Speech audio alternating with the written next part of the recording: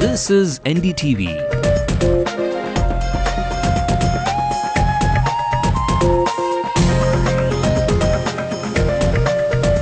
And you're watching Ndtv-Hindu.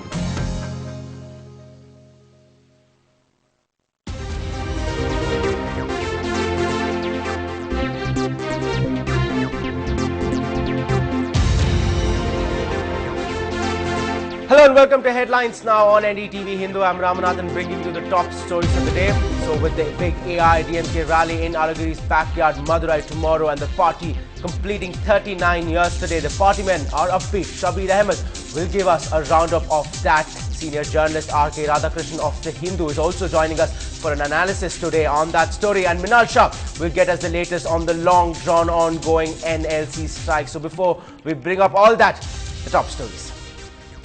As AIADMK celebrates 39 years of existence, party leader Jayalalitha pledges to bring back MGR's golden rule to the state. Party workers upbeat in Temple Town, Madurai getting ready ahead of AIADMK's rally in Alagiri's backyard.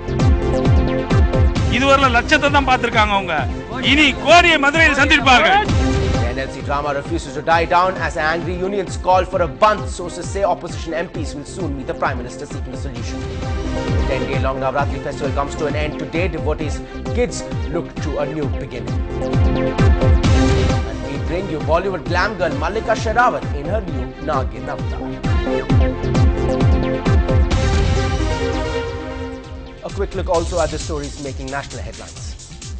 Suresh Kalmari issues a statement telling Sheila Dikshit will first look at corruption departments under her, says she won't be a scapegoat. The BJP and JDU hit back at the Prime Minister's remarks on central funds not being used by the Bihar government. 10 people killed, 7 injured seriously in a stampede during Navratri celebrations at the Durga temple in Banka, Bihar. Leander Pace and his Austrian partner Jürgen Melzer win the Shanghai Masters, the Indians' 44th of his career. A top special story as the AIADMK, one of the strongest parties in Tamil Nadu, attempts a comeback. The partyman today observed its 39th anniversary. The party has had tremendous political power through the years and is now facing one of Tamil Nadu's political history's biggest face-offs. Our political reporter Shabir Ahmed brings you the ups and downs of the AIADMK and the road ahead for its leader, former Chief Minister J. Jayalalitha. 2 decades after the death of its founder M.G. Ramachandran, he continues to be the lifeline of Tamil Nadu's main opposition party, the AIADMK. As the party steps into its 39th year, its leaders and supporters look up to its powerful leader, J. Jayalalitha, to put the party back in power. The AIADMK came into existence in 1972 as a breakaway group, after MGR led the split from the DMK, and the faction went on to sweep the elections in 1997. Ever since, MGR never looked back and died while in power in 1987. The death of MGR, considered a legend, sparked a brief power struggle, which led his widow Janaki Ramachandran being sworn in as Tamil Nadu's first woman chief minister. But a second scramble for power that followed quickly saw Jayalalitha emerge as the party's indomitable leader. Jayalalitha won elections in 1991, but 5 years later failed in her re-election bid after her image was marred by allegations of widespread corruption.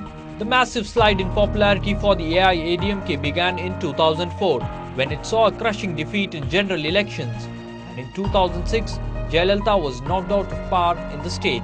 And now another chance polls in 2011. And Jayalalitha's fiery speeches in Coimbatore and Tirchi drew thousands of people in recent months, raising hopes of a comeback.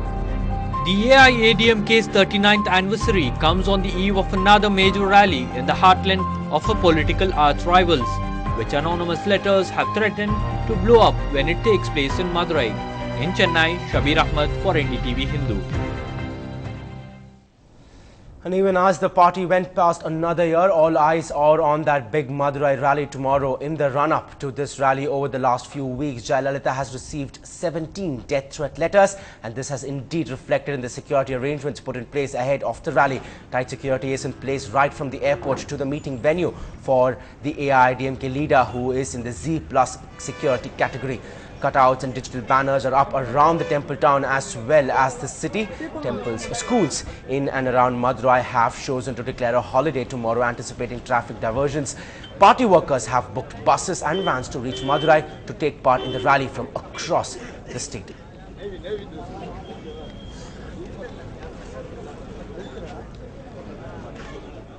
Well, party workers clearly upbeat and anticipating a cracker of a show tomorrow. So for more on that and the mood of the party workers, our political reporter Shabir Ahmed now joins us live. Shabir, you were at the AIADMK headquarters this morning. So how excited really are the party men? What are they anticipating tomorrow?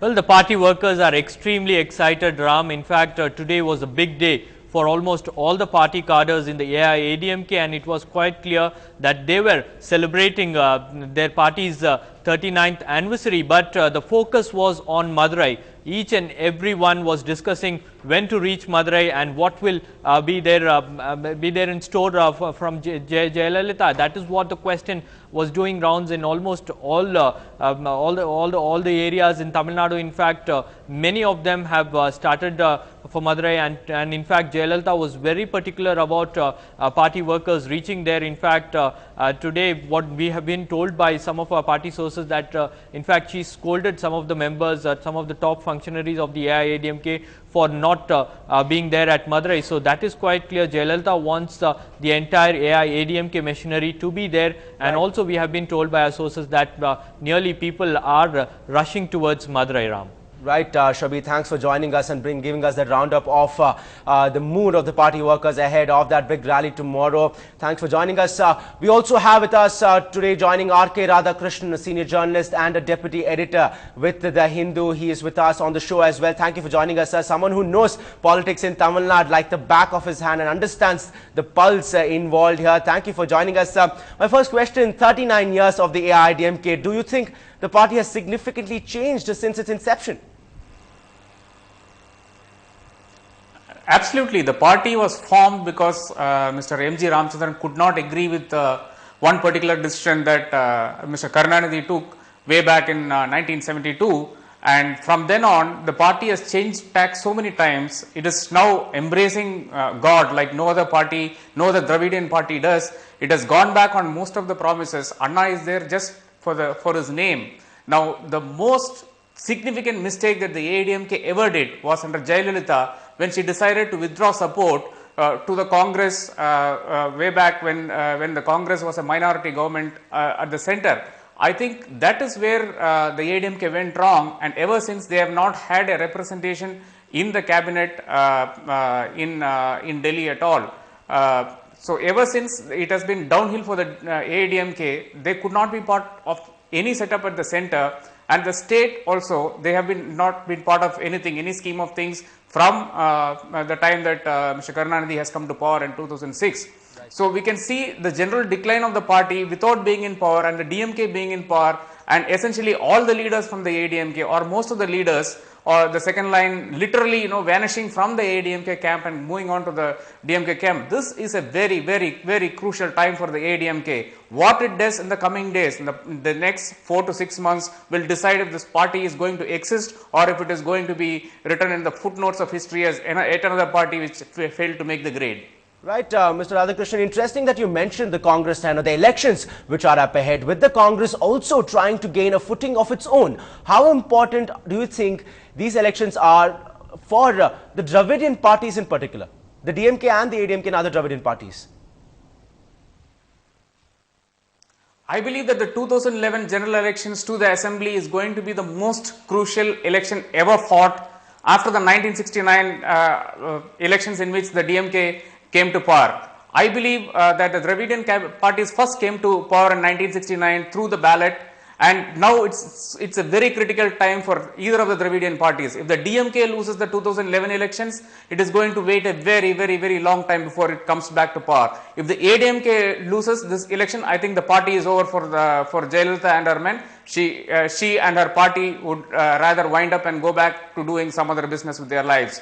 The point also happens to be that in the lead up to an election, the amount of energy, the amount of work that Mr. Karunanidhi is doing, I don't see that being done by Ms. Jayalalitha, who is an opposition leader. I could see, I have personally experienced the amount of the energy and the amount of indulgence and the amount of involvement of Mr. Karunanidhi as he goes from meeting to meeting, from state to state, from district to district, talking about the policies of the DMK and trying to win people back. I don't see that happening at all. And also allies, why did the PMK go to the DMK recently and make a thing about the caste census? It was only because the overtures from the ADMK were so bad that the PMK could not be remaining in an alliance with the ADMK. Right. It was very clear after the DMK snubbed the Patali Makkal Katchi and Dr. Ramdas that Ramdas did want to get back to the ADMK. But because of the attitude of the ADMK, it has virtually driven Pamaka out from the fold, and now it is trying to get back with the DMK. And look at the predicament that the communist parties and the left parties have absolutely